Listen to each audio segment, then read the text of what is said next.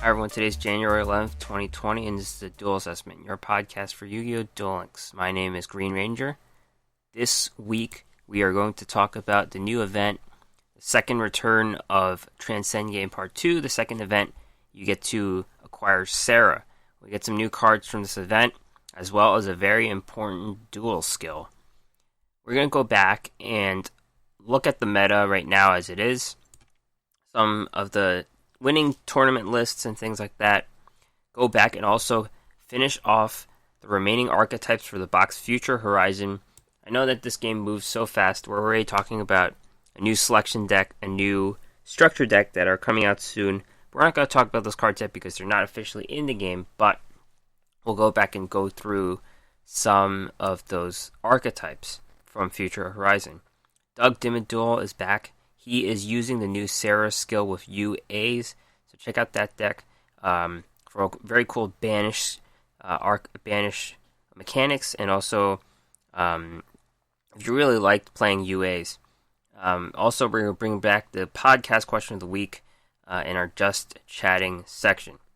So my week in the Duel World was probably one of the least remarkable ever. Like, I've had unremarkable weeks, but this is probably one of the worst. I'm caught in a situation where none of my decks are any good, and I'm out of gems, so I'm kind of rebuilding. And I'm ready in Legend 1, so at least I got through Plat. I'm kind of in that phase, but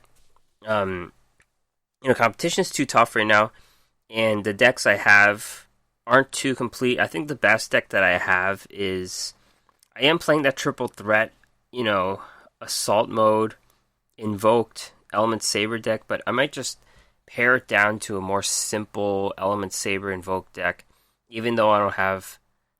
The problem with my decks is always I don't have enough cards. I don't have enough Alistairs, I don't have enough Purgatrios, I don't have enough of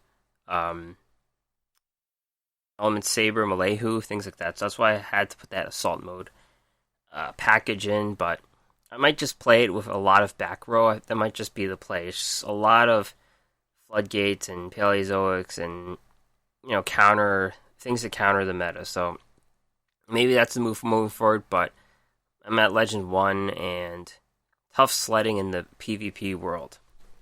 Let's move on to Esports. Duel Links Meta Weekly 106. We're still in a very diverse meta. Top 32. We've got Dark Lords at 8, Shiranui at 6, Blackwings at 4, and Dark Magician at 4. A smattering of other decks, but very unsettled meta. No, Dark Lords are probably first because they did take up 25%, but everything else is fighting for second place. First place, Zeta, Sealed Tombs, Blackwings. Talking about cards that counter the meta, back row cards, that's really how these decks move, and what back row can you use to combat the tournament meta. Well, this deck runs 2 times Forbidden Lance, 2 times Forbidden Chalice. Those Forbidden cards are really getting their work in. And 3 Black Whirlwinds, 1 Hey Trunade. We see some Blackwing decks run Blackbird Close, but this one doesn't. Otherwise, pretty much the normal monsters. You'll see 3 Simoon, 2 Bora, 2 Gale, 1 Pinaki, 3 Chris, and 1 Orochi. Second place, Erickson, Compensation, Dark Lords. Really, Dark Lords just always... There's not much change in them. We did see a development where they were running Artifact Lancia to counter banish effects. But it's possible Shiranui were just not too represented here. They were the third highest... They were the third most deck. They had Dark Magicians and Dark Lords as well. Dark Magicians probably don't banish enough. They do banish with the circle, but it's not their main way of winning games. I guess they flood the board with the trap card, but Artifact Lancia is not in this version of the deck. Otherwise, Dark Lords just always look the same. There's nothing to say about this deck. They gain life enough to use Cosmic Cyclone. That's what Compensation is all about. Third place, Buns, Spell Specialist, Grass, Shiranui. So this is a 30-card deck. Very interesting deck. We do, in Grass Shiranui decks, we do see those Gozukis in there. just for that ability. You get sent to the graveyard, and then you could banish something, special summon something, and then you get benefit from your banish. Of course, Bacon Saver's in there as well. A lot of generally good cards in here, but this deck is interesting for running Lava cards. There's 2 of this counter trap called Burgeoning Whirlflame. When a trap is activated, send a lava monster from your hand to the graveyard, negate the activation, and destroy it. That would not apply because there's no lava monsters. If this card is in the graveyard, you can banish 2 fire monsters from your graveyard, add this to your hand. So, there's a double benefit here. You get to banish 2 fire monsters from the graveyard, which were probably sent there from the grass, and then you could just basically use those, since Shiranui like to synchro summon when banished. That's what they're going to do. But then you also add this Burgeoning Whirlflame to your hand. And then this deck runs 2 Divine Wrath and 1 Ultimate Providence. So there you go. There's fuel back to these counter traps. Very, very cool take. And finally, 3rd place, Francisco, Transcendent Crystals, Crystons. You're going to see this a lot. Transcendent Crystals, Crystons for short, they just always make it into the top 4. This 30-card deck, ton of monsters, no grass, and they just dispose a lot of stuff. These decks always run those counter traps that cost. So 2 times Divine Wrath, 2 times Ultimate Providence. It's a very common thing with those decks. Let's also talk about Damage Step 5, another tournament. 31 players, though. A lot fewer, more exclusive. First place, KC Full Compensation Dark Lords. So, the previous tournament, the Dark Lord deck did not run Artifact Lancia. This one does. Morningstar is kind of in the side deck. I guess that's a card that you could kind of switch out. It's always the optional Dark Lord. If you want to run the toolbox, you could have it in there, but Artifact Lancia is probably part of the toolbox now, since it could counter the Shiranui pretty good. Otherwise, it's the same deck. They just have the same array of back row: 3 Banishment, 2 Cosmic Cyclone, 2 Dark Lord Contact, 1 Sanctified Dark Lord. Second place, Wayne Kenoff, Transcendent Crystals, Crystons, another 30-card deck here. They don't run Divine Wrath here, but they do run 2 Pulse Mines. Pulse Mines is a really good card. Any excuse you have to run it in a machine deck, go ahead, because it changes all special summoned monsters to defense mode as well, not just the ones on the board currently. It does run Ultimate Providence, though, so a lot of ways to counter those monster effects with all those monsters in this deck. Second place, Obito, Sorcery Conduit, Element Saber. Very, very basic shell. If you go to King of Games decks in Duel Links meta, type in Element Sabers. This is probably what the deck you're going to see is 3 Alistair, 3 Malehu, 1 Malo, 1 Nalu, 3 Cosmic Cyclone, 2 Invocation, 3 Palace of the Elemental Lords, 2 Floodgates, 2 Paleozoic Canadias. I'm thinking if I'm going to build this deck, we're getting Dream Tickets soon. I still have an old Dream Ticket. I might just get 3 Cosmic Cyclones so I could make my Element Saber deck better. Or work towards having 3 Malehu or 3 Alistair, something like that, to shore up my deck so I could actually have a deck, a top tier deck to play. And then finally, 3rd place, King Crab with Baggy Sleeves, Thunder Dragon, Synchro. And this is a very interesting deck because when you're building Thunder Dragons, there's a lot of directions it could go in. And this is a lot more than Thunder Dragons. So Baggy Sleeves is obviously a skill where you could get an extra card when your high-level monsters are destroyed by battle, so you could draw 2 cards. And so the Thunder Dragons themselves, there's Thunder Dragon Duo, which is from the new box. Doug Dimmaduel talked about it previously. 2 Thunder Dragon Hawk, 3 Thunder Dragon Roar, 2 Thunder Dragon Dark. Some other cards in here is 3 Batteryman Solar, 1 Feng Huang. This is a card we haven't seen in a really long time.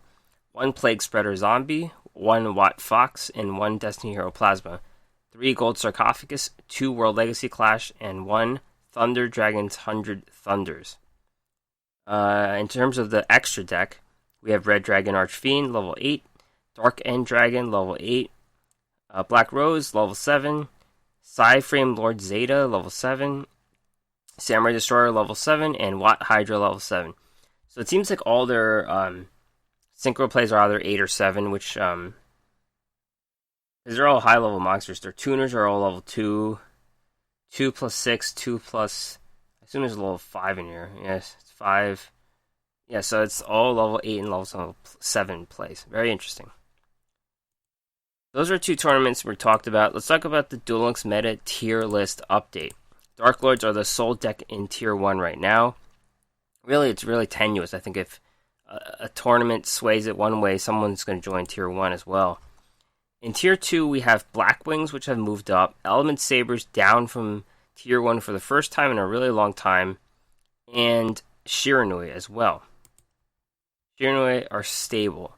Tier 3, we have some new additions as well. Cyber Dragon and Dark Magician, previously high potential decks, have been moved up. Ritual Beasts were in tier 2 briefly and they've been dropped down. Thunder Dragons have been added to high potential. The addition of Thunder Dragon Duo was really the big deal here. Other decks are falling. And Crystons have been moved off the tier list, though they just appear in the top 4 every week, it seems. Now we're going to go back to Future Horizon and look at some of the old archetypes in the R and N piles. If you want to skip ahead to the new content, we're going to have that after this. So we're going to talk about the 3rd anniversary campaign and Transcend game part 2. There's not much to talk about, frankly. It's just 2 new cards and a skill, but use the timestamps to move ahead if you wish to hear that first. But here are the new, not new, this box has been around, but some of the archetypes we did not talk about. We talked about the super heavy samurai. We're still waiting for that deck to show up, but here are some of the other ones. The artifacts. We knew Artifact Lancia made a splash right away. That was the UR card. But these cards don't really function as a group. I don't think anyone's going to really play a deck with artifacts, but it is, it's not impossible, but it doesn't seem they work that way.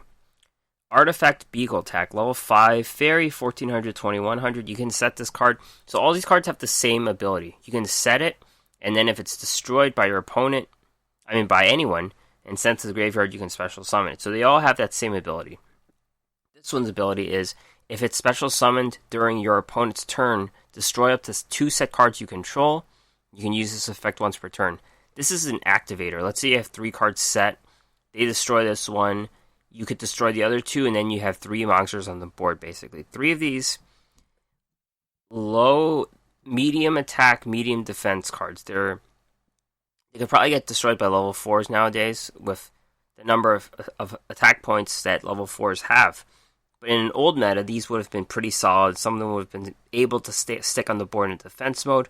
Their stats are mediocre, but not horrendous. So this is an activator, but you have to kind of wish for this to get destroyed by like Galaxy Cyclone or Shiranui Spirit Master, and then you trip off the other ones. Again, one of the main problems with artifacts being played is Cosmic Cyclone. Cosmic Cyclone banishes, it does not destroy, and every deck that needs life point activator, like any Sorcery Conduit, any Cosmic Enlightenment, any deck, even the ones that don't require life point activation loss, they will run Cosmic Cyclone. So it hurts artifacts. Next one is Artifact Caduceus. Level 5 Fairy, 1600 attack, 2400 defense. Same thing, when it's set and destroyed, you can special summon it. During your opponent's turn, each time an artifact monster is special summoned, you can draw a card. This card must be face up to activate it. So again, you're very conditional. This is a draw engine. It has to stick on the board. 2400 defense, that's okay, I guess.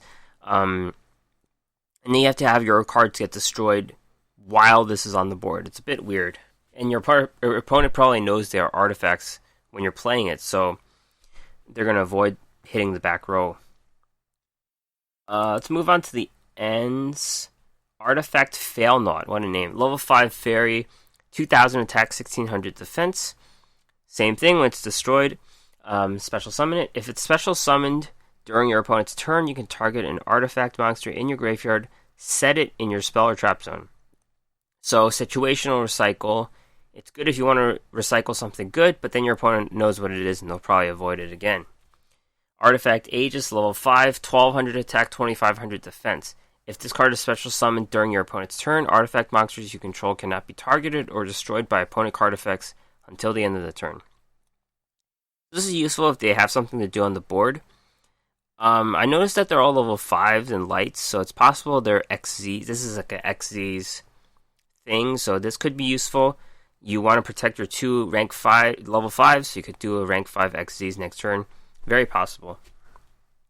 Artifact Achilles Shield, level 5, 1500, 2200. When this is a special summon during your opponent's turn, your opponent cannot target artifact monsters for attacks for the rest of the turn. It's almost the same as Aegis. Aegis, they get protected as well. So the same type of card, except it just protects against battle. Artifact Labors, 2300 attack, 1000 defense. When an artifact card is destroyed and sent to the graveyard, except during the damage step, you can special summon this from the hand. This one's actually decent. It's got 2300 attack that could get over most level 4 monsters. Very similar to Parry Knights. Parry Knights comes out on board for free when you take battle damage, so it's the same kind of like an offensive card that comes out. And this is one that you keep in your hand instead of being on the board typically. As this one special summons from the hand, even though you could wait for it to get set and destroyed. That's a very inconsistent thing. And finally, Artifact Mjolnir, 1300, 1800. If this card is special summoned during the opponent's turn, target an artifact in your graveyard, special summon it in defense mode. Also, you cannot special summon monsters until the end of the next turn, except for artifact monsters. So this one helps gets bodies on the board. You can't special summon any other monsters, so it doesn't help the rank 5 XZ's cause. Not a very interesting card, in my opinion. Next up is the Psy-Frame archetype. We've already seen Psy-Frame Zeta, the Synchro Monster, already exist in other decks, but there's supposed to be a thing on its own, but we'll see how it all comes together. So the Synchro Monster, Psy-Frame Lord Zeta, level 7, Psychic Synchro. Generic requirements, that's why people are playing it. 2500 attack, 1800 defense. Once per turn during either player's turn, you can target one special summon a monster your opponent controls in face-up attack. Banish both this monster and that one, but return them in your next standby phase. If this card is in your graveyard, you can target one other Psy-Frame card in your graveyard, return this card to the extra deck. If you do, add that card to your hand. So it seems like people are just abusing the ability where this is just hard removal on your opponent's monster, so it clears the board for them to get attacked and win the game. Really, it is a card you could consider running for your generic synchros. So it is a level 7 that's worth playing. Level 7 is kind of tricky because there's Black Rose Dragon, which is a pretty good card. This kind of competes with things like Samurai Destroyer. Samurai Destroyer is not as useful as it used to be, I think, but we'll see. Anyways, this also has synergy with the next card, Psy-Frame Alpha. So Psy-Frame Gear Alpha is level 1 Psychic Tuner, 500 attack, 0 defense. Cannot be normal summoned or set, must be special summoned by card effect. Cannot be special summoned by other ways. When your opponent normal summons or special summons a monster when you control none, you can special summon this from your hand and one Psy-Frame driver from your hand, deck, or graveyard. If you do, add a Psy-Frame card from your deck to your hand, except for Psy-Frame Gear Alpha. During the end phase, banish the face-up monster special summoned by this effect. So, basically your opponent plays a monster, this one comes out fast, and then you could get the Psy-Frame driver from your deck, hand, deck, or graveyard. Yeah, so you put 2 things on the board. Obviously, during your opponent's turn, that doesn't look very good because you just have your tuner and your non-tuner not doing anything. But if you remember the SR card, Psy-Frame Circuit, which is a field spell, this lets you synchro summon right away. So, what it is you could get your materials on the board as a quick effect, and then you get into your Psy-Frame Lord Zeta play, and then it seems like you could just banish both cards for that turn. So there's definitely synergy there. You have nothing on the board, they play a monster, you get your 1+6, and you have your field on the board, obviously. and then you synchro into your level 7 Zeta, and then you banish both. So that seems like the play for the Psyframe Gears. Next card is Psyframe Gear Epsilon. Level 2 Psychic Tuner, 1500 attack, 0 defense. Cannot be normal summoned or set, must be special summoned by card effect. During either player's turn, when your opponent activates a trap card when you have no monsters, special summon this card and Psyframe Driver from your hand, deck, or graveyard. Negate the activation of that trap card and destroy it. During the end phase, banish the monster special summoned by this effect. So what it is you try to get into a level 8 synchro play with this card. Psyframe Multi-Threader. Level 6 Psychic, 0 attack, 2500 defense. This card's name becomes Psyframe Driver when it's in the hand or graveyard. If a Psyframe card you control would be destroyed by battle or card effect, you can discard this instead. If a Psyframe Tuner is special summoned to your side of the field, while this is in the graveyard, you can special summon it, banish it when it leaves the field. So, this is a very useful card. It helps you stall a bit if you don't have the field spell. And it immediately recruits value by being in the graveyard, getting special summoned again, and it gets treated as the Psyframe Driver. And finally, Psyframe Driver, it's just a vanilla Psychic, level 6, 2500 attack, 0 defense. This is just useful for the archetype, just for being the material that's around. It does hit for 2500 though, it comes out for free, and it's normal monster, so there's some normal monster Psychic synergy here. We haven't seen this archetype see play as I mentioned. It's more fun than good, but we are seeing Psyframe Lord Zeta just being a level 7 synchro play that any deck can run. Next up are the heroic monsters. These have none in the URs and SRs, so usually that means they're not too good, but let's see what they are. So this is Sword Shield, level 4 warrior, 0 attack, 2000 defense. During either player's turn, if you control a face-up heroic monster, you can send this card from the hand to the graveyard for the rest of the turn. You take no battle damage. Heroic monsters cannot be destroyed by battle. So this is a hand trick. You discard it, you buy yourself another turn. That's all it is. Night Watchman is level 4, 1200, 300. If this card attacks a defense position monster your opponent controls, before damage calculation, destroy the monster. This is complete effect destruction on a defense monster. It's useful against cards that are face down so that they don't get to activate their abilities. So you could use it on Alistair. I don't think he should activate his ability. I don't know, but I don't think so. It's also useful for things like Curse of Anubis and Windstorm, of course.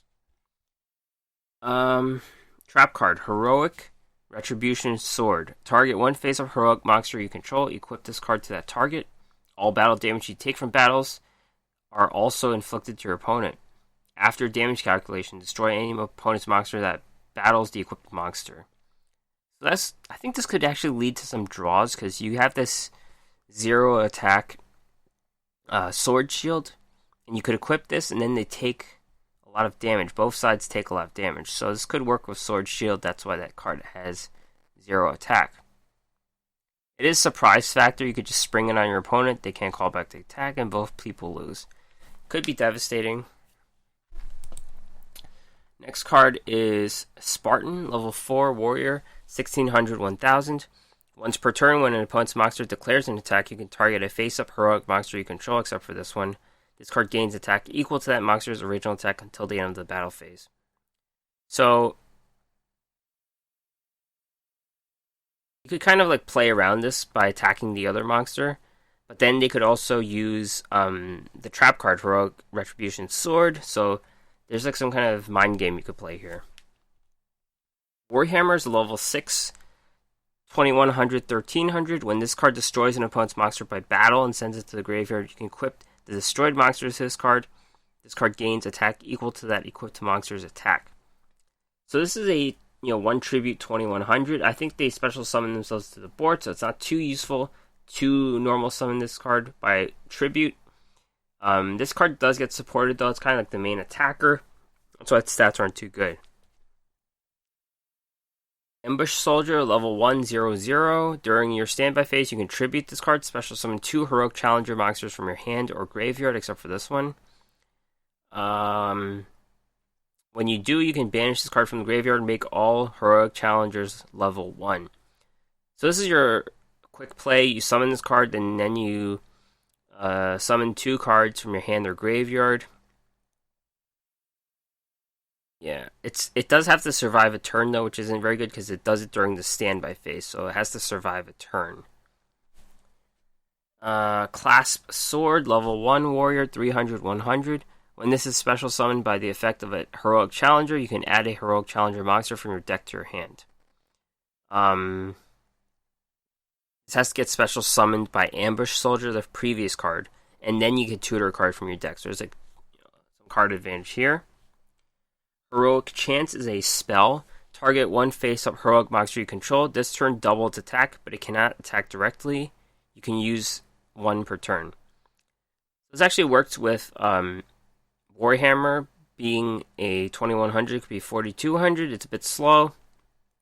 And finally, Heroic Advance is a trap card. When a face-up heroic monster you control is targeted for an attack, target another face-up level 4 heroic monster, double its attack during the battle phase, and switch the attack to it. So this works as a pair. These monsters work together, sort of. So it kind of works with Heroic Retribution Sword, and then you could switch the attack to that target, and then you could take a lot of damage. Overall, this is more of a fun archetype again than good. I think the trap card could steal some games. The Heroic Retribution Sword it could lead to a lot of draws. Finally, the last of these is the Constellars. The artifacts on the Constellars are things we're seeing from Sarah, which is very interesting that the timing of these cards comes with this box. So, let's see. Constellars are all ends. Constellar Leonis, level 3 beast, 1000, 1800. During your main phase, you can normal summon 1 Constellar monster in addition to your normal summoner set. So this works with Sheraton, which is from the previous event, and this archetype is specifically an XZ's archetype, so you can put them all away until that comes to Duel Links, but this allows a rank 3 XZ summon. You have 2 level 3s on the board. Constellar Accubans, level 4 machine, 800, 2000. When this is normal or special summoned, all Constellar monsters you control gain 500. They're all a bit understated, so this gives them a little bit of a boost, but this board boost guy doesn't really... It's not a great ability, giving them now space on the board. Constellar Ulstrecha, level 6 warrior, 22, 1200. When this is normal summoned, you can special summon a Constellar monster from your hand and face down defense. Another XC's play, possibly for rank 6. A bit more situation though, because it has to be in your hand. And finally, Constellar Twinkle. It's a normal spell. Target 1 Constellar monster you control. Increase its level by 1 or 2. If this is in the graveyard, you can banish a Constellar monster from your graveyard. Add this card from your graveyard to your hand. Okay. Because this is an XZ's archetype, it allows you to be flexible. You can modulate levels to have them match. And then you can play this card twice a turn, actually. You could banish this, and then you can add this card from your graveyard to your hand again. So you can use it twice per turn. So that is it for the box. I think, in talking about Future Horizon, you would only buy this if you're playing Cyber Dragons, Dark Magicians, obviously Super Heavy Samurai, and then you want Artifact Lancia. Otherwise, Thunder Dragon Duo. So if you're playing those archetypes, sure. As a person who has no gems at all, I'm probably going to skip the box and wait for the next thing. I'll probably skip the next thing too, so I'm really punting my duels away here. Let's talk about the 3rd anniversary campaign. There's a little video going out Konami made. Yami Merrick is telling us about the campaign. We get 1,000 gems. This starts soon, so maybe tonight. I don't know. 1,000 gems, 1 UR Dream Ticket, 3 UR tickets, 1 SR Dream Ticket, 3 SR Dream Tickets. 3 SR regular tickets. A skill ticket, and a new Winged Dragon of Ra, which is what got Merrick all shook up. So, no one's going to play Winged Dragon of Ra, but it looks pretty cool. It's prismatic. So make sure you get in the game. I have to use my old Dream Tickets, so I'm going to have to figure out how to make a competitive deck. I'll probably go the Element Saber route for now. See see where that takes me. So, Transcend Game Part 2. This is an event to acquire Sarah as a character.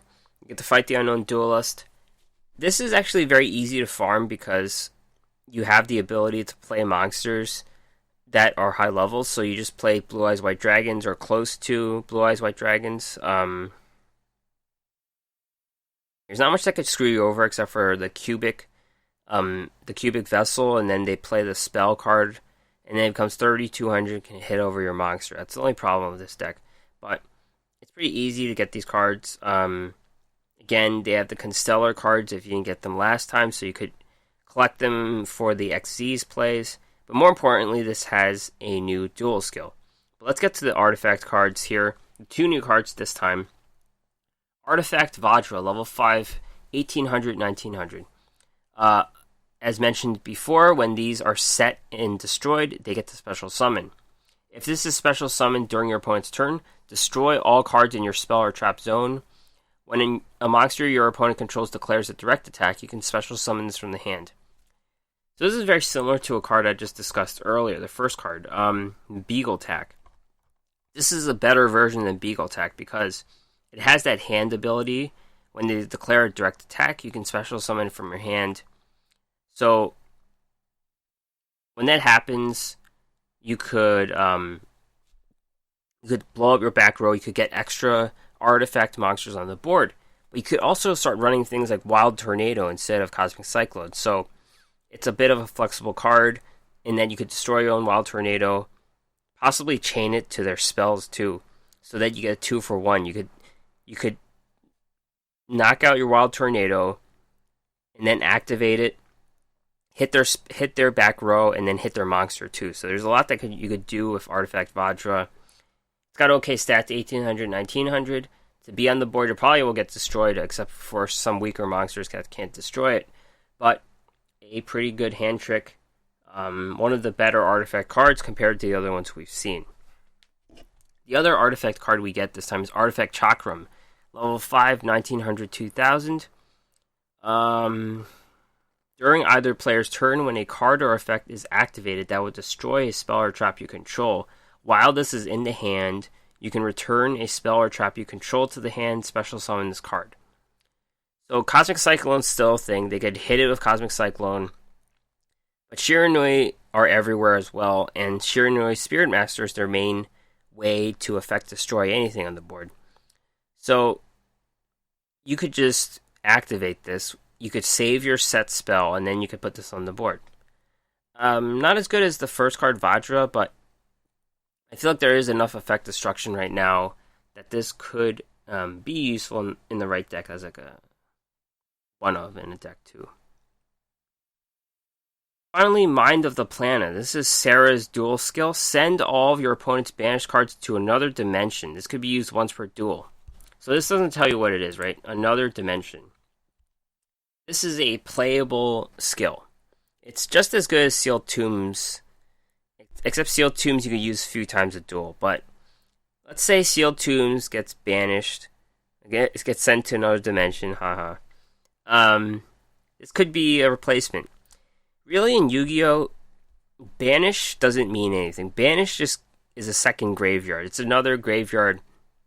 There's so many cards that take advantage of banish. They shuttle cards in and out of the banish zone, and then they get abilities. I'm talking about Metaphysics, things like that. Any gold sarcophagus play, things like that. And this is that. The Sealed Tombs counter to the graveyard is this counter to banish. So, banish cards just go away completely. They're gone. You probably win the duel right there because their cards that they're setting up are gone. So this works against Metaphysics. I think Ritual Beasts are the other deck it could work against right now. Shiranui are in the graveyard and then they get banished, so yeah, I don't think it works for them, but it could work against them actually. I don't know.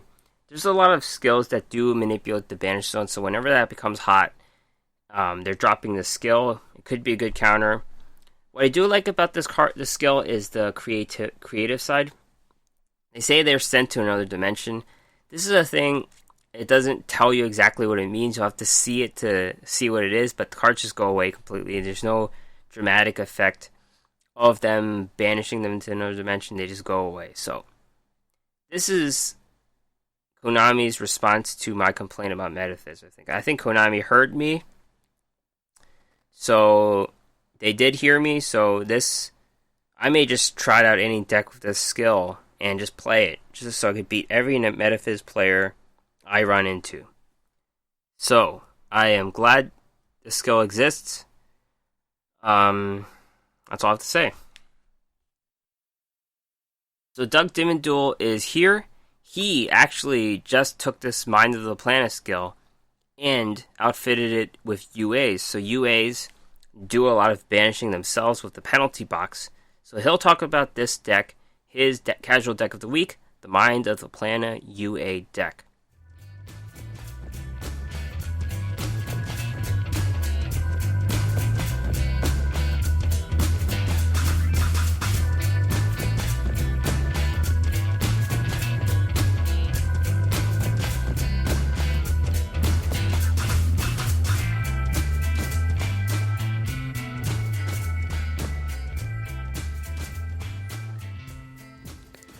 Hey there, this is Doug Dimmaduel with Doug's Casual Deck of the Week. This week I'm revisiting an old but good archetype, the Ultra Athletes, with the new skill for Sarah, Mind of Plana. So what it is you send all your opponent's banished cards to another dimension. The skill can only be used once per duel. So this is effectively, in a meta where there's a lot of banishing involved, really just getting rid of some resources that your opponent may be trying to banish to use at a different time or to trigger different effects. So one of the best archetypes that I can think of for banishing frequently is the UA or the Ultra Athletes. Pretty sure it's Ultra Athletes or Ultimate Athletes, I don't know, but it's the UA archetype. And really, you kind of already know a lot of the basic building blocks. The first most important piece is the UA midfielder. It's the only one that's level 4 or lower. So essentially, it's got 1200 attack.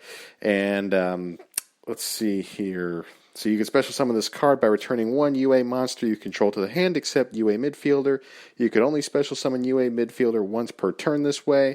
Then during either player's turn, you can target one other UA monster you control and return that face-up monster to the hand. Then special summon one UA monster from your hand with a different name from that monster. You can only use this effect once per turn. Ideally, you want 3 copies of this card, but you don't necessarily need 3 cards anymore given some additional boosts that we've gotten from recent boxes. One of which, Giant Rat. In the most recent main box, it's a level 4 beast, 1400 attack, 1450 defense. When this card is destroyed by battle and sent to the graveyard, you can special summon one earth monster with 1500 or less attack from your deck in attack position. Well, UA midfielder has less than 1500 attack, and it is an earth monster, so you could get this sucker onto the field after Giant Rat is destroyed by battle. So why is this so important? And, you think that maybe it's not going to survive if your opponent has a lot of monsters and is trying to swing for game. Well, as long as you have UA penalty box on the field that can activate, this trap is fantastic. This gets your banish action going real quick. At the start of the damage step, if your UA monster battles an opponent's monster, you can banish that opponent's monster until your opponent's second end phase. Now, you can only use this effect once per turn. You can banish this spell card from your graveyard and add one UA spell card from your deck to your hand. And really, the only UA spell card that you're going to need is UA Stadium. If a UA monster is normal summoned to your side of the field, you can add one UA monster from your deck to your hand. Once per turn, if a UA monster is special summoned to your side of the field, all monsters you currently control gain 500 attack, even if this card leaves the field. So you want to run 3 copies of UA Penalty Box and 3 cards of UA Stadium. The sooner you get it, the better. And that's really the method that you're trying to use. Like I said, getting Giant Rat to get your UA midfielder out, or you could also run Sangan. If you remember what Sangan is, if this card is sent from the field to the graveyard, add one monster with 1500 or less attack from your deck to your hand, but you cannot activate cards or effects of cards with that name for the rest of the turn. Now you can only you only use the effect of Sangan once per turn, and since it really activates during your opponent's turn, it's not a big deal. Finally, you run your copies of Paleozoic Canadia just to flip a monster face down or to use as tribute fodder if you're activating other trap cards and this card summoning itself from the graveyard back out onto the field. So the other monsters I like to run is U.A. Mighty Slugger. When this monster swings into your opponent, they cannot activate spells, effects, or trap cards until the end of the damage step. I also like to run at least one copy of U.A. Dreadnought Dunker. It can inflict piercing damage and can also destroy an opponent's card after it inflicts damage to your opponent. So really, really good. And I do like to run one copy of the newest support, U.A. Perfect Ace. Again, you could special summon this card by sending another U.A. back to the hand, the usual stuff. But once per turn, during your opponent's turn, when a card or effect is activated, you can discard one card, negate that activation, and if you do, destroy it. And this is considered a quick effect. So during your opponent's turn, this can be just a good combo breaker. I like to special summon it into defense position, especially if I don't have my UA Stadium on the field to give it that attack boost. But with the 500 attack boost, you can get it up to 2,000 attack very easily. But really this, especially with the introduction of Giant Rat, this does give you a little bit more consistency for a UA deck build. Honestly, for the longest time, I thought this was one of the most annoying archetypes, especially when going up against some of those duelists that you find out in Duel World. They tend to, I think the level 60 deck is one of them is a UA deck build that they always open up with UA midfielder and UA stadium. I know it's kind of on purpose. I feel like that's by design. It's not just your typical random number generator stuff, but I don't know, it kind of got me thinking, using the skill Mind of Plana, using the UA penalty box to banish maybe one or two monsters, and then just sending them to the Shadow Realm for good. You don't get those cards back after you use the skill to send those banished cards to another dimension. Now, this skill is great if you're going up against something like maybe a Metaphys deck or anything along those lines, but I mean, I think this could be a little bit of a game changer, honestly. This is a very good skill, but there's a lot of good archetypes you could run this with, but UA was kind of my first choice, so I think this is a solid deck build. It might be a little bit competitive, but maybe not the most, because consistency is something that may be lacking. But other than that, really the only staples you really need are those 3 copies of UA Stadium, those 3 copies of UA Penalty Box, 3 copies of UA Midfielder, and the rest just kind of fill in, as you go. But definitely try this out with the new skill, Mind of Plana with Sarah. It is just a really good combo. Anyway, that's it for my casual deck of the week. I will see you next time. Take care.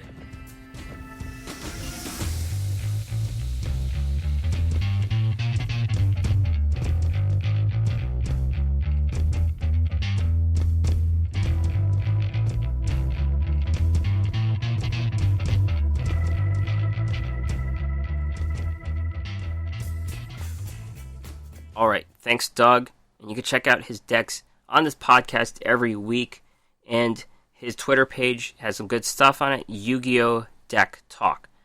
All right, so let's move on to the Just Chatting section.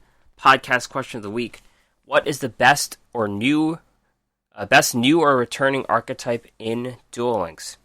54.5% said Dark Magician, 25% said Cyber Dragon, 11.4% said Super Heavy Samurai, and 9.1% said Other. The other players are typically on the side of Thunder Dragons. Let's read the responses.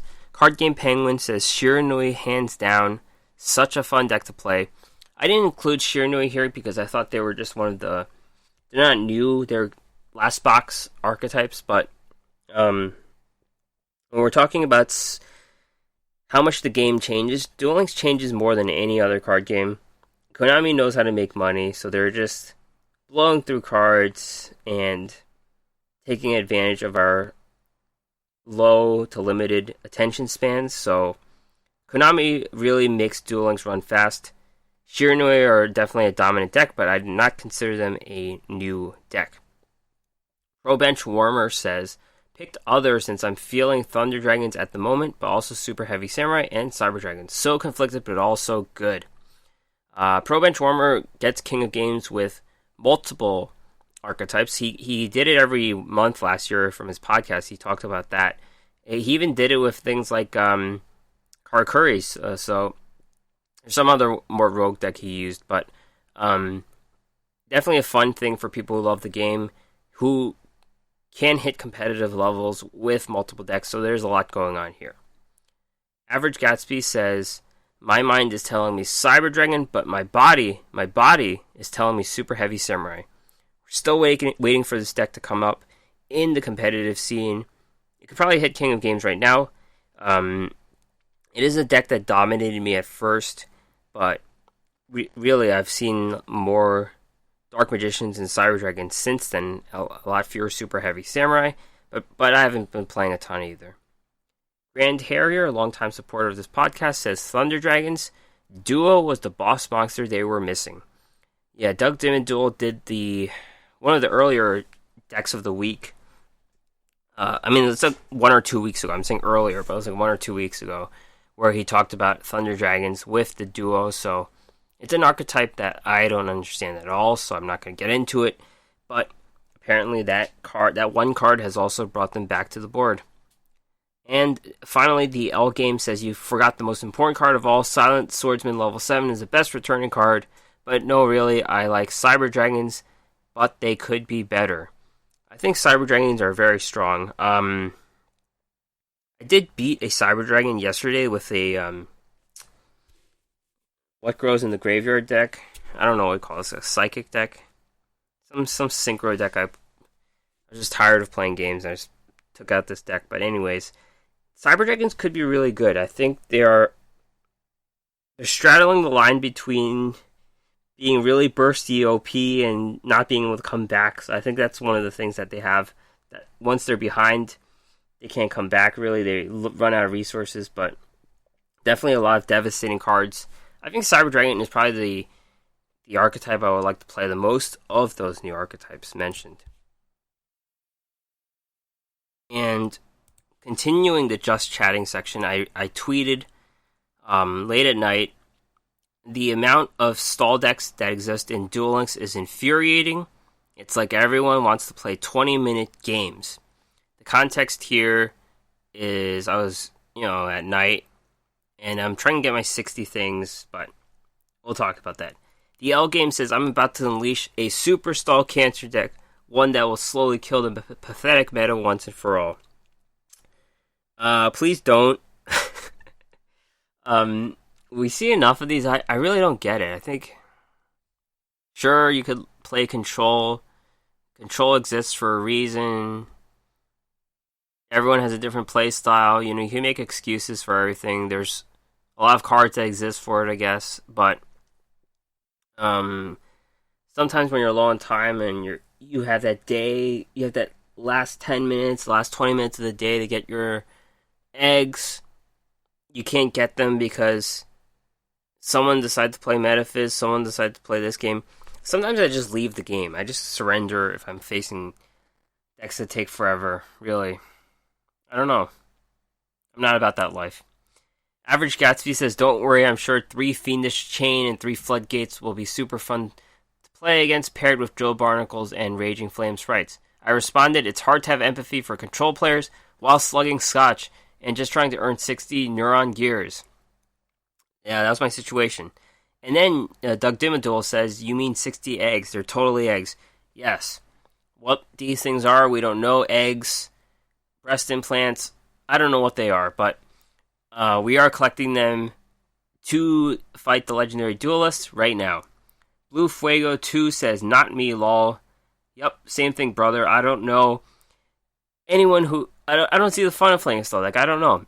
I mean, back then, when I played the card game, I did have things like Mask of Restrict in my deck, but that was just because it was like a holograph. I really liked... I just put my rarest cards in a deck, and, that's just what I had. I had a Mask of Restrict, so... I may have been a stall player, I don't know. But, yeah, I don't get it. So... Upcoming news, early January, the 3rd anniversary campaign. This is going to happen pretty much today, so if you log in tonight, it should be tonight, log in tonight, you'll get your gems and your tickets. Make sure you check your old tickets. I haven't used my dream ticket yet, so I'm going to use that before I get my new ones. Mid-January, Carly Carmine, the regular Carly Carmine, will appear. Fortune Fairy, Hikiri, Miracle Stone. Kaylin Kessler gets retired to the gate. Tag Duel Tournament with new cards, The Unchosen One and High and Low. Duel Quest late January, and also finally DSOD Joey as well. So new legendary duelist. We seem to be going the route of one legendary duelist per month. So Joey is here. I'm not sure what he wears in DSOD. Let me just do a quick something search right here. Joey, Dark Side of Dimensions. He wears the school outfit with a green shirt underneath. Okay, that's not too descriptive. Well, Kaiba's wearing his old clothes here, so I don't know what's going on. Where's the thing where they're in the ice cream parlor? What is he wearing there? I think he's wearing a green jacket again, so I don't know what. Alright, anyways, Joey's gonna pretty much look exactly the same as regular Joey. Yeah, I can't tell. He's just wearing a green shirt. Alright. So Joey's gonna look exactly the same. Maybe touched up a little bit for the new thing. It's not like Taya looks completely different. Yugi's a little taller. Tristan looks about the same. Bakura looks a little fancier. Joey looks the same. Anyways, that is it for the podcast for this week. Thank you very much for tuning in. If you like this podcast, if this content has helped you out in any way, please leave comments, reviews, ratings, any platform you want. I think iTunes is the one that's the most influential. So if you have iTunes, please leave it there. But you can listen to this podcast anywhere. Any of your platforms, we've made it. It's Google Podcasts. It's there too. So search the Duel Assessment, and you'll find this podcast anywhere. You can check out all these notes on the duelassessment.wordpress.com. That's the container that holds this podcast. Email the duelassessment@gmail.com, or you can find its Twitter page, duel_assessment, or my own account at GreenRangerCCG. Again, I mentioned before last week, if you made it to the end of this podcast, we're going to lose the back catalog of this podcast because of syndication being capped out at 150 posts for WordPress. So if there's anyone who knows anything about expanding the cap for the syndication posts for WordPress, please let me know at any of the things, the emails or the Twitter, because I do not want to lose the back catalog of this podcast, but it may be happening. If we lose the back catalog of this podcast, you can check out those old episodes on another source, probably on YouTube or the website itself. Okay, so that is it for this week. Happy dueling, everyone. I will see you next time.